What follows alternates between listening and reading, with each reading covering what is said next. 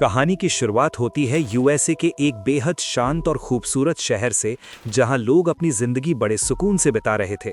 चारों तरफ खुशहाली थी। किसान खेतों में काम कर रहे थे और किसी को अंदाजा भी नहीं था कि उनकी ये खुशी बहुत जल्द एक खौफनाक मंजर में बदलने वाली है। इस शहर में एक ईमानदार पुलिस शेफ रहता है जिसका नाम है डेविड डटन। पूरे शहर में एक्साइटमेंट है क्योंकि आज यहाँ का सबसे बड़ा बेसबॉल मैच शुरू होने वाला है। डेविड को इस मैच की सुरक्षा यानी सिक्योरिटी की जिम्मेदारी मिलती है।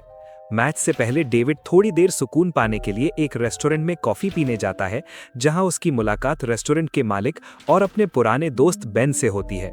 बेन डेविड से पैसे लेने से इनकार कर देता है और कहता है कि तुम सिर्फ एक शेरिफ ही नहीं, मेरे पुराने दोस्त भी हो। डेविड मुस्कुराते हुए वहां से निकलकर सीधे स्टेडियम पहुंचता है, जहां मैच शुरू हो चुका था और भीड़ जोश में चिल्ला रही थी। डेविड और उसका साथी डेप्यूटी रसल बाहर खड़े होकर मैच का लुत्फ उठा रहे होते हैं, लेकिन तभी कुछ ऐसा होता है जिसे देखकर रसल के होश उड़ जाते हैं। एक अजीब सा दिखने वाला इंसान किसी पागल की तरह हाथ में गन लिए सीधे स्टेडियम के बीचों बीच चला आ रहा था। रसल तुरंत डेविड को इशारा करता है। डेविड जैसे ही उस शख्स को देखता है, उसके पैरों तले जमीन निकल जाती है। वो कोई अजनबी नहीं बल्कि डेविड का पुराना साथी टॉमी था। डेविड तुरंत मैच रुकवा देता है और रसल सभी प्लेयर्स को सेफ जगह ले जाने लगता है। भीड़ में दहशत फैल जाती है। डेविड टॉमी के पास जाकर उसे समझाने की कोशिश करता है। उसे लगता है शायद टॉमी ने नशा किया है। वो बार बार कहता है, टॉमी गन नीचे रखो, लेकिन टॉमी किसी जिंदा लाश की तरह चुपचाप खड़ा रहता है और अचानक अपनी गन डेविड पर तान देता है। मजबूरी में अपनी जान बचाने के लिए डेविड को गोली चलानी पड़ती है। गोली लगते ही टॉमी वही दम तोड़ देता है। डेविड इस घटना से अंदर से टूट जाता है क्योंकि वो अपने दोस्त को मारना नहीं चाहता था। वो टॉमी की बॉडी को पोस्टमार्टम के लिए हॉस्पिटल लाता है। तभी वहां रसल आता है और बताता है कि टॉमी की पत्नी और बेटा बाहर खड़े हैं। डेविड जब उनके पास जाता है तो टॉमी का बेटा गुस्से में उसकी तरफ बढ़ता है, लेकिन उसकी माँ उसे रोक लेती है। डेविड उन्हें बताता है कि टॉमी ने शायद ड्रिंक की थी और वो लोगों को मारने वाला था, इसलिए मुझे गोली चलानी पड़ी। ये सुनते ही टॉमी की वाइफ चीख उठती है, टॉमी ने महीनों पहले ही पीना छोड़ दिया था, तुमने एक बेगुनाह को मार डाला।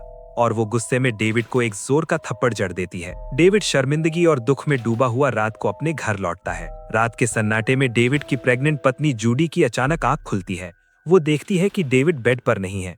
वो घबराकर बाहर भागती है और देखती है कि डेविड दुख में परेशान होकर रात के अंधेरे में फर्नीचर का काम कर रहा है। जूडी उसे समझाती है कि तुमने जो किया वो तुम्हारा फर्ज था। अगली सुबह जब डेविड अपने ऑफिस पहुंचता है तो वहां डॉक्टर का फोन आता है। डॉक्टर जो बताता है उसे सुनकर डेविड के होश उड़ जाते हैं। डॉक्टर कहता है, टॉमी की पोस्टमार्टम रिपोर्ट आ गई है।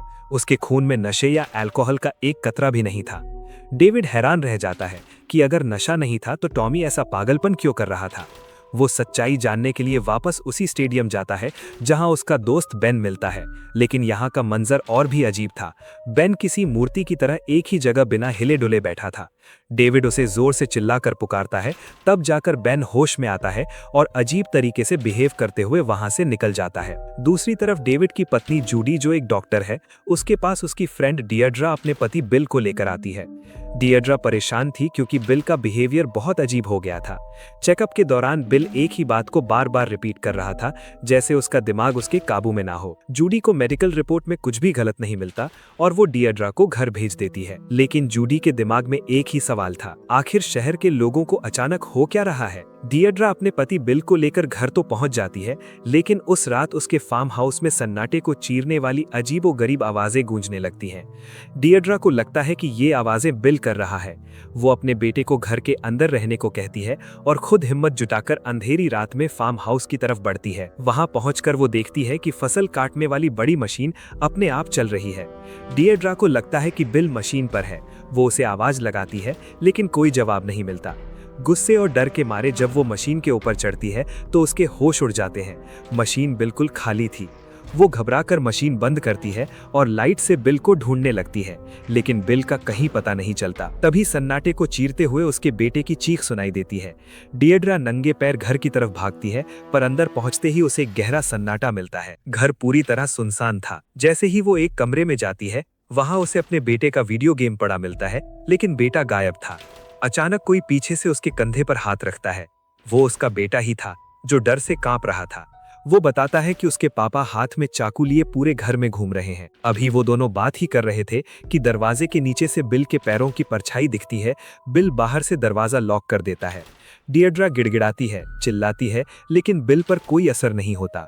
वो पूरे घर के चारों तरफ तेल डालता है और एक माचिस की तीली से पूरे घर को आग के हवाले कर देता है। डिएड्रा और उसका बेटा उस जलती हुई आग में जिंदा दफन हो जाते हैं।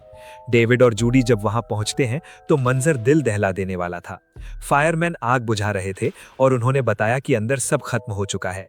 लेकिन सबसे हैरान करने वाली बात यह थी कि बिल वहीं खड़ा था, हाथ में ऑयल की कैन लिए और एक जिंदा लाश की तरह बेखौफ होकर सीटी बजा रहा था। उसे अपनी पत्नी और बेटे की मौत का रत्ती भर भी दुख नहीं था। डेविड पागल हो चुके बिल को गिरफ्तार करके जेल में डाल देता है, जहां वो घंटों तक एक ही जगह बिना हिले डुले खड़ा रहता है। दूसरी तरफ शहर के जंगल में कुछ शिकारियों को नदी के पास एक पैराशूट मिलता है। जब वो उसे खींचते हैं तो उनकी हालत खराब हो जाती है। पानी के अंदर एक सड़ी गली लाश फंसी हुई थी। डॉक्टर डेविड और रसल तुरंत मौके पर पहुंचते हैं। डॉक्टर बताता है कि ये एक पायलट की बॉडी है जो प्लेन क्रैश के कारण मरी है और ये काफी दिन पुरानी है। डेविड डॉक्टर की बात सुनकर समझ जाता है कि यहाँ कुछ तो बहुत गलत हो रहा है। उसके दिमाग में एक ही बात घूम रही थी, अगर पायलट की लाश इस जंगल में मिली है तो उस पायलट का क्रैश हुआ प्लेन भी इसी जंगल में कहीं होना चाहिए। डेविड बिना वक्त गवाए वापस अपनी कार में बैठता है और तुरंत रसेल को उस प्लेन का पता लगाने का ऑर्डर देता है। तभी रसेल उसे बताता है कि शहर में कुछ समय पहले एक शराबी बता रहा था कि उसने जंगल में किसी बहुत बड़ी चीज के गिरने की आवाज सुनी थी। डेविड शराबी की बात को हल्के में नहीं लेता और उसे अपने साथ लेकर जंगल में बनी हुई झील यानी लेक की तरफ निकल जाता है। ये सब एक बोट के जरिए झील के बीचों बीच पहुंचते हैं। कुछ दूर आगे बढ़ने के बाद अचानक डेविड बोट रुकवा देता है। जब वो पानी की गहराई में नीचे देखता है तो डेविड और रसल के होश उड़ जाते हैं। झील के पानी के बिल्कुल नीचे एक बहुत बड़ा मिलिट्री प्लेन डूबा हुआ था। डेविड हैरान था कि इतना बड़ा प्लेन क्रैश हुआ और किसी ने इसकी खबर तक नहीं ली। उसे खतरे की बू आने लगती है। वो तुरंत रसल के साथ वाटर हाउस जाता है और वहां के मैप से ये पता लगाने की कोशिश करता है कि इस झील का पानी शहर में कहां-कहां सप्लाई होता है। उसे लगता है कि उस प्लेन में कुछ ऐसा जहरीला हो सकता है जो पानी के रास्ते पूरे शहर को पागल बना रहा है। डेविड को पता चल चुका था कि झील में गिरा हुआ वो प्लेन ही शहर की तबाही की वजह है। वो तुरंत अपनी कार लेकर वाटर हाउस के ऑफिसर के पास पहुंचता है, जो खेतों के बीच बने स्विमिंग पूल में मजे ले रहा होता है। वो उसे ऑर्डर देता है कि शहर का पानी तुरंत बंद किया जाए क्योंकि उस प्लेन की वजह से लोग पागल हो रहे हैं। लेकिन वो ऑफिसर डेविड की बात को मजाक में उड़ा देता है और कहता है, तुम्हारे पास क्या सबूत है? अगर मैंने पानी बंद किया तो किसानों की फसल बर्बाद हो जाएगी। डेविड का गुस्सा सातवें आसमान पर पहुंच जाता है। वो बिना वक्त गवाए वाटर हाउस का लॉक तोड़ देता है और हाथ में कटर लेकर सारे वाल्व्स काट देता है ताकि पानी की सप्लाई रुक जाए। पानी बंद करने के बाद डेविड और रसल वापस पुलिस स्टेशन आते हैं, लेकिन वहां जो नजारा उनका इंतजार कर रहा था वो उनकी रूह कांप देने वाला था। रसल देखता है कि जेल की दीवारों पर हर तरफ खून लगा है और बिल जमीन पर पड़ा है। बिल की हालत बेहद भयानक थी। उसके नाक और मुंह से खून बह रहा था। रसल जैसे ही जेल का दरवाजा खोलने के लिए चाबी निकालता है, डेविड उसका हाथ पकड़ लेता है। डेविड समझ चुका था कि बिल के अंदर कोई खतरनाक वायरस है।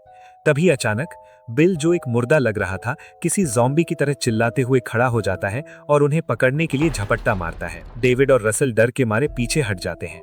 डेविड बिल को दूसरी जेल में ट्रांसफर करने के लिए कॉल करने की कोशिश करता है, पर ना तो पुलिस स्टेशन का फोन काम कर रहा था और ना ही कंप्यूटर में नेटवर्क था। पूरा शहर दुनिया से कट चुका था। डेविड जब स्टेशन से बाहर आता है तो देखकर उसके होश उड़ जाते हैं। पूरा मार्केट बिल्कुल सुनसान था, न कोई इंसान न कोई जानवर। तभी उसे एक लड़की दिखती है जो अजीब तरीके से साइकिल चलाते हुए वहां से निकल जाती है। इतने में डेविड की नजर एक कार पर पड़ती है जहां कोई छुपकर उसकी तस्वीर ले रहा होता है। डेविड जैसे ही उस कार की तरफ बढ़ता है, वो कार वाला तेजी से वहां से भाग निकलता है। तभी डेविड को डॉक्टर के ऑफिस से एक अजीब सी आवाज सुनाई देती है। वो गन निकालकर अंधेरे ऑफिस में दाखिल होता है। वहां हर तरफ वो लाशें पड़ी होती हैं जो पोस्टमार्टम के लिए भेजी गई थी। डेविड जैसे ही एक बॉडी से कपड़ा हटाता है, उसके पैरों तले जमीन निकल जाती है। उस लाश की आंखों और मुंह पर मोटे मोटे तांके यानी स्टिचेस लगाए गए थे। तभी डेविड को एक टेबल पर रखी बॉडी हिलती हुई दिखती है। वो कपड़ा हटाता है तो देखता है कि वो इंसान जिंदा है। उस बेचारे के मुंह और आंखों को भी टांकों से सिल दिया गया था और वो तड़प रहा था। डेविड जैसे ही उसके मुंह के टांके काटने लगता है, वो जिंदा इंसान चीखता है, पीछे देखो। इससे पहले कि डेविड मोता, वही डॉक्टर पीछे से एक लोहे की रॉड से डेविड पर हमला कर देता है। डेविड नीचे गिर जाता है और उसकी आंखों के सामने अंधेरा छा जाता है। डॉक्टर पागल हो चुका था। वो एक इलेक्ट्रिक कटर लेकर डेविड को मारने के लिए आगे बढ़ता है। डेविड अपनी जान बचाने के लिए उससे लड़ता है और उसे धक्का देता है। डॉक्टर उस बेचारे मरीज के ऊपर गिर जाता है और कटर से वो मासूम मर जाता है। डेविड मौका देखकर इलेक्ट्रिक कटर की वायर डॉक्टर के गले में लपेट देता है और उसे फांसी देकर मार डालता है, लेकिन मौत अभी भी डेविड का पीछा कर रही थी। डॉक्टर के गिरते ही वो इलेक्ट्रिक कटर छूटकर ऑटोमेटिक डेविड की तरफ भागने लगता है। तभी रसल वहां पहुंचता है और कटर को बंद करके डेविड की जान बचा लेता है। डेविड ने सुकून की सांस तो ली, पर उसे नहीं पता था कि ये तबाही की सिर्फ शुरुआत थी। अब पूरे शहर में मौत का नंगा नाच शुरू होने वाला था। डेविड रात को अपने घर पहुंचता है और अपनी प्रेग्नेंट पत्नी जूडी को शहर के हालात बताता है। वो डरता है कि अगर जूडी यहाँ रही तो वायरस की चपेट में आ जाएगी, इसलिए वो जल्दी जल्दी उसके कपड़े पैक करने लगता है। लेकिन तभी जूडी फार्म हाउस में कुछ अजीब देखती है। किसी ने फार्म हाउस की लाइट ऑन की थी। डेविड गन लेकर दबे पांव फार्म हाउस की तरफ बढ़ता है, पर वहां कोई नहीं था। तभी अचानक घर से जूडी के चिल्लाने की आवाज आती है। डेविड वापस भागता है, लेकिन जैसे ही वो बाहर निकलता है उसे कुछ लोग दबोच लेते हैं। ये कोई मामूली लोग नहीं, बल्कि पूरी आर्मी थी। वो डेविड को घसीटते हुए एक स्कूल बस में फेंक देते हैं। बस के अंदर डेविड देखता है कि उसके शहर के बाकी लोग और उसका साथी रसल भी वहीं कैद थे। आर्मी सबको एक पुराने स्कूल में बने कैंप में ले जाती है। चारों तरफ हेलीकॉप्टर्स मंडरा रहे थे और हैजमैट सूट पहने डॉक्टर्स लोगों की स्क्रीनिंग कर रहे थे। नजारा दिल दहलाने वाला था। बच्चों को उनकी मांओं से छीनकर अलग किया जा रहा था। डेविड को समझ आ जाता है कि ये कोई वायरस है जिसे छुपाने के लिए आर्मी ये सब कर रही है। स्क्रीनिंग के वक्त जब जूडी का टेम्परेचर चेक होता है तो वो हाई निकलता है। असल में जूडी प्रेग्नेंट थी, इसलिए उसका बॉडी टेम्परेचर ज्यादा था, पर डॉक्टर्स ने उसे इन्फेक्टेड समझ लिया। डेविड अपनी पत्नी को बचाने के लिए भागता है, पर एक आर्मी वाला उसे पंच मारकर बेहोश कर देता है। जूडी को जबरदस्ती एक स्ट्रेचर पर बांधकर मेडिकल कैंप के एक अंधेरे रूम में ले जाया जाता है, जहां उसे एक गैस मास्क लगाकर बेहोश कर दिया जाता है। कुछ देर बाद डेविड को होश आता है तो वो खुद को एक बड़े बॉक्स में बंद पाता है। एक आर्मी मैन बताता है कि वो नेगेटिव है और उसे यहाँ से निकलना होगा, पर डेविड का दिमाग सिर्फ जूडी में था। दूसरी तरफ जूडी को होश आता है तो वो खुद को एक बड़े रूम में स्ट्रेचर से बंधा हुआ पाती है। तभी अचानक बाहर गोलियों की आवाज गूंजती है। कुछ पागल हो चुके लोग कार में आकर आर्मी कैंप पर हमला कर देते हैं। हर तरफ अफरा तफरी मच जाती है। डॉक्टर्स और आर्मी वाले अपनी जान बचाकर भागने लगते हैं और हेलीकॉप्टर्स लेकर कैंप छोड़ देते हैं। डेविड इस मौके का फायदा उठाकर भीड़ से अलग हो जाता है और अपनी पत्नी को बचाने कैंप के अंदर घुसता है। डेविड आर्मी ऑफिस में पहुंचकर अपनी गन ढूंढता है। तभी दरवाजा खुलता है। डेविड गन तान देता है, पर सामने उसका साथी रसल था। दोनों सुकून की सांस लेते हैं। रसल बताता है कि आर्मी ने कितने बेगुनाह लोगों को मार दिया है। डेविड उसे बताता है कि जूडी को गलती से पॉजिटिव समझकर अंदर कैद कर लिया गया है। दोनों कसम खाते हैं कि वो जूडी को बचाकर ही दम लेंगे। उधर कैंप के उस सुनसान रूम में जूडी देखती है कि उसकी पुरानी दोस्त बेका भी वहीं बंधी हुई है। दोनों बात ही कर रही थी कि तभी उन्हें किसी के चलने की आवाज आती है। एक भयानक ज़ॉम्बी जैसा दिखने वाला इंसान कमरे के अंदर दाखिल होता है।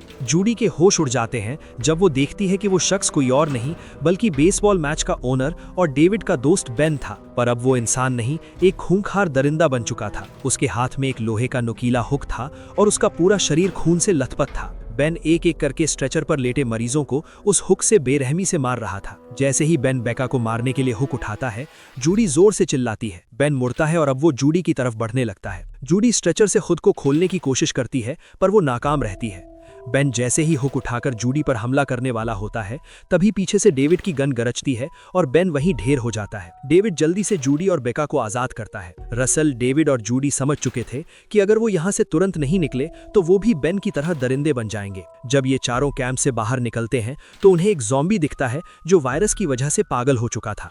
रसल डर जाता है, पर डेविड उसे हिम्मत देता है। जब वो अपने शहर में पहुंचते हैं तो उनकी आंखें फटी की फटी रह जाती हैं। पूरा शहर राख बन चुका था। चारों तरफ सिर्फ मौत का सन्नाटा था। रास्ते में उन्हें दो और ज़ॉम्बी दिखते हैं जो एक पुरानी गाड़ी को अपने हाथों से बुरी तरह तोड़ रहे थे। रसल भागते हुए एक गाड़ी के पास जाता है, पर वो आर्मी ने लॉक कर दी थी। तभी उसे एक दूसरी गाड़ी दिखती है जो खुली थी, लेकिन डेविड को शक होता है क्योंकि उस गाड़ी की डिक्की पर खून लगा था। तभी अचानक गोलियों की आवाज गूंजती है। डेविड और उसके साथी गाड़ी के पीछे छुप जाते हैं। वो देखते हैं कि कुछ लोग एक भागते हुए इंसान को गोली मार देते हैं। ये लोग आर्मी वाले नहीं बल्कि लुटेरे यानी स्कैवेंजर्स थे, जो जिंदा लोगों को मारकर उनके बॉडी पार्ट्स निकालकर बेच देते थे। ये नजारा देखकर डेविड के होश उड़ जाते हैं। लुटेरे लाश को गाड़ी में डालते हैं और निकल जाते हैं। रसल कहता है कि उन्हें गाड़ी चाहिए, पर शहर में सब खराब है। डेविड बताता है कि उसके घर पर एक पुरानी कार है, लेकिन उसका घर यहाँ से 25 किलोमीटर दूर है। अपनी जान हथेली पर लेकर ये चारों पैदल ही अपने घर की तरफ निकल पड़ते हैं। रास्ते में जूडी डर जाती है कि कहीं वो वायरस पॉजिटिव तो नहीं, पर डेविड उसे समझाता है कि प्रेगनेंसी की वजह से उसका टेम्परेचर हाई था। तभी बेका को एक घर दिखता है और वो उस तरफ भागने लगती है। वो उसके बॉयफ्रेंड स्कॉटी ला घर था। डेविड और रसल गन लेकर उसके पीछे भागते हैं ताकि कोई उसे मार ना दे। जैसे ही वो स्कॉटी के घर पहुंचते हैं, स्कॉटी उन पर गन तान देता है। उसके चेहरे पर पागलपन था। बेका उसे समझाने की कोशिश करती है, पर वो किसी की नहीं सुनता। डेविड दबे पांव पीछे से आकर स्कॉटी के सिर पर गन लगा देता है। स्कॉटी डर जाता है और बताता है कि उसे लगा वो लोग वायरस पॉजिटिव है। बेका उसे गले लगा लेती है। स्कॉटी बताता है कि उसकी माँ अंदर कपड़े पैक कर रही हैं और वो भी शहर छोड़ने वाले हैं, लेकिन सुकून के पल ज्यादा देर नहीं रहते। डेविड को अचानक किसी खतरे की भनक लगती है। वो सबको तुरंत छुपने के लिए बोलता है और उन्हें स्कॉटी के फार्म हाउस के एक कमरे में ले जाता है। डेविड जैसे ही स्कॉटी के घर के पास वाले फार्म हाउस में छुपकर दरवाजा बंद करता है, तभी बाहर आर्मी की गाड़ियां आ पहुंचती हैं। माइक पर ऐलान होता है, घर को चारों तरफ से घेर लो, कोई भी जिंदा नहीं बचना चाहिए। डेविड खिड़की से देखता है कि आर्मी वाले स्कॉटी की मां को घसीटते हुए बाहर ला रहे हैं। स्कॉटी से अपनी मां की ये हालत देखी नहीं जाती और वो उन्हें बचाने के लिए बाहर भागता है, लेकिन आर्मी वाले बिना सोचे समझे स्कॉटी पर गोलियों की बारिश कर देते हैं। स्कॉटी वहीं ढेर हो जाता है। उसकी मां रोती हुई उसकी तरफ भागती है तो ये बेरहम फौजी उन्हें भी मार देते हैं। इतना ही नहीं, वो तुरंत गैस फायर से उनकी बॉडीज को जला देते हैं ताकि कोई सबूत न बचे। डेविड और रसल ने अपनी सांसें रोक ली थी। तभी एक अकेला फौजी उनके फार्म हाउस के कमरे की तरफ बढ़ता है। जैसे ही वो अंदर आता है, डेविड और रसल उसे दबोच लेते हैं, लेकिन जब उसका हेलमेट उतारा जाता है तो पता चलता है कि वो तो महज एक बच्चा है, एक छोटा लड़का जो मजबूरी में फौजी बना है। वो लड़का डरते हुए बताता है कि उन्हें ऊपर से ऑर्डर मिला है कि इस शहर में जो भी जिंदा दिखे उसे खत्म कर दो। तभी वो लड़का घबरा कर कहता है, मेरा मास्क हटा दिया है, क्या अब मैं भी मर जाऊंगा? जूडी को समझ आ जाता है कि वायरस अब हवा में भी फैल चुका है। डेविड उस लड़के को समझाता है कि अगर वो बाहर जाकर ये कह दे कि कमरा खाली है तो वो उसकी जान बचा देंगे। वो लड़का बाहर जाकर अपने ऑफिसर से झूठ बोल देता है और आर्मी वहां से निकल जाती है। रात के अंधेरे में जब ये चारों बाहर आते हैं तो उन्हें स्कॉटी और उसकी माँ के कंकाल दिखते हैं। बेका अपने बॉयफ्रेंड की मौत पर टूट जाती है। चलते चलते दिन निकल आता है और अचानक जूडी की नजर अपने घर पर पड़ती है। सब खुश हो जाते हैं। घर पहुंचते ही जूडी पुरानी यादों में खो जाती है। वो उस झूले को देखती है जो उन्होंने अपने होने वाले बच्चे के लिए लिया था। डेविड उसे समझाता है कि सब ठीक हो जाएगा, पर अभी उन्हें यहाँ से निकलना होगा। रसल बाहर डेविड की पुरानी कार ठीक करने लगता है, लेकिन तभी घर के अंदर एक खौफनाक साया दाखिल होता है। जूडी बेडरूम में झूले के पास खड़ी थी, तभी उसके पीछे टॉमी की पत्नी आ जाती है। टॉमी वही था जिसे डेविड ने शुरुआत में मारा था।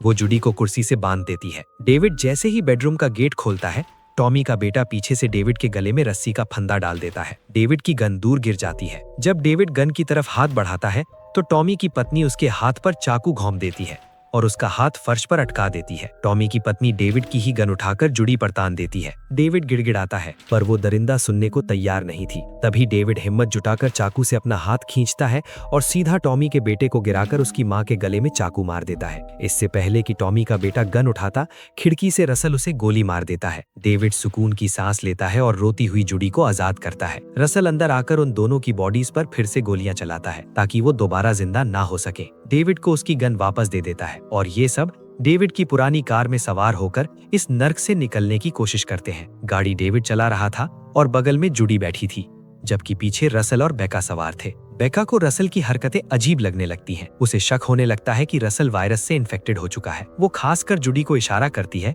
पर जूडी का ध्यान नहीं जाता। तभी रसल पलटकर बेका को देखता है और उल्टा उसी पर इल्जाम लगा देता है कि कहीं बेका तो इन्फेक्टेड नहीं। डेविड रसल को होश में रहने की हिदायत देता है, पर खतरा अभी बाकी था। अचानक उनके सर के ऊपर से एक आर्मी हेलीकॉप्टर गुजरता है। डेविड को समझ आ जाता है कि उन्हें देख लिया गया है। वो तेजी से गाड़ी को एक कार वॉश सेंटर के अंदर घुसा देता है ताकि हेलीकॉप्टर की नजर से बच सके। हेलीकॉप्टर वहां से निकल तो जाता है, पर तभी सेंटर की लाइट्स अपने आप ऑन हो जाती हैं। सब हैरान थे कि ये कैसे हुआ। तभी कार वॉशिंग मशीन अपने आप चलने लगती है और डेविड की गाड़ी लॉक हो जाती है। डेविड गाड़ी भगाने की कोशिश करता है, पर गीले फर्श पर टायर स्लिप होने लगते हैं। इस खौफनाक सन्नाटे में उन्हें गाड़ी के सामने एक इन्फेक्टेड इंसान दिखता है। रसल घबराहट में गोलियां चलाना शुरू कर देता है। गाड़ी जैसे ही वॉश होकर आगे बढ़ती है, एक साथ दर्जनों ज़ॉम्बी गाड़ी पर टूट पड़ते हैं। वो गाड़ी के शीशे फोड़ने लगते हैं।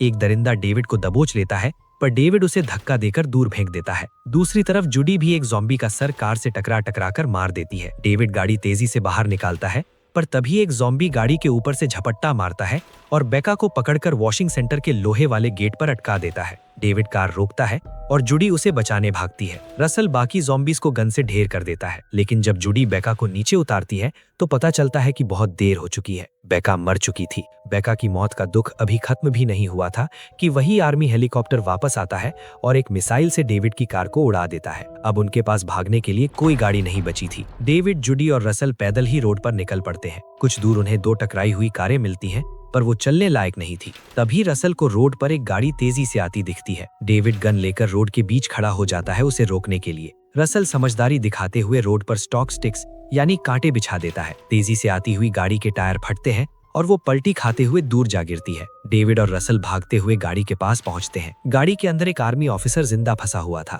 रसल उसे मारने ही वाला था कि डेविड उसे रोक लेता है। डेविड उस ऑफिसर का गला पकड़ता है और दहाड़ते हुए पूछता है, तुम लोग मासूम लोगों को क्यों मार रहे हो? उस प्लेन में क्या था? और झील का पानी पीने से लोग ज़ॉम्बी क्यों बन रहे हैं? सच बताओ, वरना तुम्हारी लाश भी यहाँ से नहीं मिलेगी। डेविड जब आर्मी ऑफिसर का गला पकड़ता है तो वो ऑफिसर मौत के डर से सारा सच उगल देता है। वो बताता है कि उस प्लेन में कोई मामूली चीज नहीं बल्कि एक परमाणु यानी बायोलॉजिकल हथियार था जिसका नाम था रैप्डोवायरिडी। ये वायरस इतना खतरनाक है कि इंसान को पागल कुत्ते की तरह रेबीज का मरीज बना देता है। जूडी ये सुनते ही डर जाती है क्योंकि वो एक डॉक्टर थी और जानती थी कि ये मौत का दूसरा नाम है। ऑफिसर बताता है कि ये सब पायलट की लापरवाही से हुआ और अब सिस्टम ने ऑर्डर दिया है कि पूरे शहर को मिटा दिया जाए ताकि ये राज कभी बाहर ना निकल सके और अगले 48 घंटों में वो परमाणु बॉम्ब फटने वाला है। सच्चाई सुनते ही रसल गुस्से में ऑफिसर को गोली मार देता है।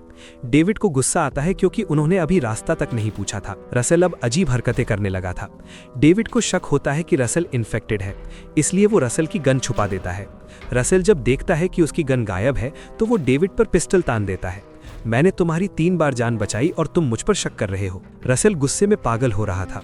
डेविड उसे शांत करने की कोशिश करता है और आखिर में जब रसल को पुरानी बातें याद दिलाता है तो डेविड को यकीन हो जाता है कि रसल अभी तक इंसान ही है। लेकिन उनके पास वक्त बहुत कम था।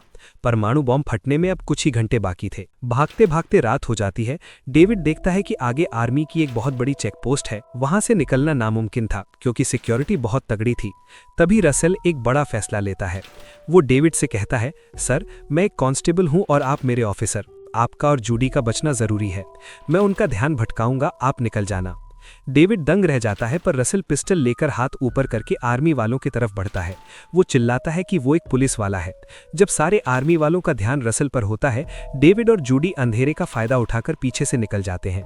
उधर रसल अपनी पिस्टल निकालने की कोशिश करता है पर आर्मी वाले उसे गोलियों से छलनी कर देते हैं। रसल ने अपने दोस्तों के लिए अपनी जान कुर्बान कर दी। डेविड और जूडी रोते हुए वहां से बहुत दूर भाग जाते हैं और एक छोटे से सुनसान शहर में पहुंचते हैं। वहां की दुकानें और रास्ते बिल्कुल खाली थे, जैसे जिंदगी वहां से कब की खत्म हो चुकी हो। डेविड की नजर सुनसान शॉप पर पड़ती है। डेविड जूडी को बाहर ही रुकने के लिए बोलता है और खुद एक शॉप के अंदर जाता है ताकि यहां से निकलने के लिए कुछ मिल सके। लेकिन बाहर अकेली खड़ी जूडी को कुछ गड़बड़ लगने लगती है और वो जगह को देखने लगती है। चलते चलते जूडी एक बड़े ट्रक के अंदर झांकती है तो उसकी हालत खराब हो जाती है। उधर डेविड वहां खाली पड़ी हुई होटल में जाता है पर उसे कुछ नहीं मिलता। फिर वो एक सर्विस सेंटर में जाता है जहां उसे एक ट्रक दिखाई देता है। डेविड खुश होते हुए जूडी को बताने बाहर आता है कि हम यहां से निकल सकते हैं, लेकिन बाहर जूडी नहीं थी। डेविड की धड़कन तेज हो जाती है और वो पागलों की तरह उसे ढूंढने लगता है। कुछ दूर उसे जूडी मिलती है जो जमीन पर बैठी रो रही थी। जूडी उसे वही ट्रक दिखाती है और जब डेविड अंदर देखता है तो उसकी आंखें फटी की फटी रह जाती हैं क्योंकि उस ट्रक में उनके शहर के उस सभी लोग मरे हुए पड़े थे जो कैंप में उनके साथ लाए गए थे। डेविड और जूडी पास की एक खाली होटल में जाते हैं और अपने शहर वालों को याद करके दुखी होते हैं। डेविड को अब पता चल गया था कि उनके शहर वालों को इसलिए मारा गया ताकि सरकार के इस परमाणु हथियार और वायरस का दुनिया को पता न चले। जूडी पूरी तरह हार मान लेती है और कहती है कि आर्मी वाले उन्हें भी मार देंगे, पर डेविड उसे समझाता है कि वो बाहर जरूर जाएंगे। वो एक सुनसान मॉल से जरूरी सामान पैक करके वापस सर्विस सेंटर जाता है। तभी वहां पड़े एक आर्मी वॉकी टॉकी से आवाज आती है, सिर्फ 10 मिनट में परमाणु बॉम्ब एक्टिव होने वाला है। डेविड सुन्न पड़ जाता है। तभी उसकी नजर एक कार पर पड़ती है जिसमें लाशों का ढेर लगा था और खून बह रहा था। डेविड समझ जाता है कि यहाँ उनके अलावा कोई और भी है। उधर होटल में अकेली जूडी पानी की बोतल उठाती है, तभी उसे अपने पीछे एक इंसान दिखाई देता है, पर जब वो देखती है तो वो गायब हो जाता है। अचानक लाइट बंद हो जाती है और जूडी को डर लगने लगता है, जैसे मौत करीब हो। वो अंधेरे में एक चाकू उठाकर छुप जाती है। जब वो दबे पांव बाहर निकलने की कोशिश करती है तो अचानक एक ज़ॉम्बी जैसा इंसान उसके सामने आ जाता है। जूडी अपनी जान बचाने के लिए भागती है और एक रूम में छुप जाती है। पर वहां पहले से ही लाशों का ढेर था। जूडी होश खोने लगती है, पर वो शैतान उसके पीछे ही आ रहा था। जूडी खुद को बचाने के लिए लाशों के बीच छुप जाती है। वो ज़ॉम्बी अंदर आता है, पर जूडी नहीं मिलती तो वापस चला जाता है। जूडी सुकून की सांस लेती है, तभी पीछे से कोई उसका मुंह दबा लेता है। जूडी की हालत खराब हो जाती है, पर वो कोई और नहीं बल्कि डेविड था। डेविड जूडी को चुप कराता है और सीधे सर्विस सेंटर ले जाता है ताकि वो जल्दी निकल सके, वरना ज़ॉम्बी और परमाणु बॉम्ब दोनों उन्हें खत्म कर देंगे। डेविड ट्रक स्टार्ट करने की कोशिश करता है, पर चाबी गलत थी। जूडी पिस्टल लिए ज़ॉम्बीज पर नजर रखती है। डेविड बाहर एक लाश देखता है और समझ जाता है कि चाबी इसी ड्राइवर के पास होगी। डेविड जैसे ही चाबी उठाने जाता है, एक ज़ॉम्बी गन लिए खिड़की तोड़कर उस पर हमला करने आता है। डेविड जल्दी से चाबी लेकर ट्रक की तरफ भागता है, लेकिन तभी ट्रक के नीचे से एक हाथ निकलता है और डेविड के पैर पकड़कर उसे नीचे खींच लेता है। ट्रक के नीचे वायरस इन्फेक्टेड दरिंदा डेविड पर टूट पड़ता है। उधर ऊपर एक दूसरा ज़ॉम्बी जूडी पर गन से हमला करता है। जूडी ट्रक का गेट बंद करके अंदर बैठ जाती है और जैसे ही वो शैतान गेट खोलता है, जूडी अपनी पिस्टल से उसे ढेर कर देती है। डेविड ट्रक के नीचे खड्ड में उस ज़ॉम्बी जैसे इंसान से बुरी तरह लड़ रहा था। वो दरिंदा डेविड पर पूरी तरह हावी होने की कोशिश कर रहा था, लेकिन डेविड हार मानने वालों में से नहीं था। लड़ते लड़ते डेविड को मौका मिलते ही वो अपनी पूरी ताकत से उस इंसान को घायल करके वहीं गिरा देता है। जैसे ही वो इंसान नीचे गिरता है, तभी डेविड बिना एक पल गवाए ट्रक के नीचे खड्ड में आग लगा देता है और खुद तेजी से वहां से बाहर भाग जाता है। वो ज़ॉम्बी जैसा इंसान वहीं फंस जाता है और देखते ही देखते आग में जिंदा जलकर मर जाता है। डेविड बाहर निकलकर सुकून की सांस लेता है, तभी जूडी उसके पास आती है। डेविड पहले डर जाता है, पर जूडी को देखकर खुद को संभाल लेता है। दोनों ट्रक लेकर सर्विस सेंटर से भाग निकलते हैं। डेविड अपने साथ आर्मी वाला वॉकी टॉकी भी लाता है, जिसमें से आवाज आती है, सिर्फ 30 सेकंड में परमाणु बॉम्ब एक्टिव होने वाला है। डेविड ट्रक की रफ्तार और तेज कर देता है। जैसे जैसे सेकंड्स कम हो रहे थे, उनकी धड़कन बढ़ रही थी।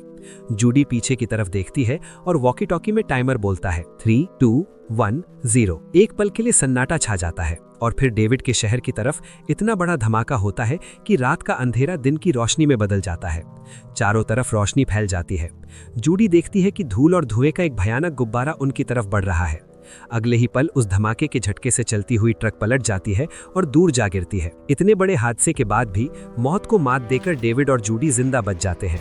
वो ट्रक से बाहर निकलते हैं और अपना बैग लेकर रोड पर आते हैं। आसमान धमाके की वजह से पूरा काला हो गया था, पर दोनों एक दूसरे को जिंदा देखकर खुश होते हैं।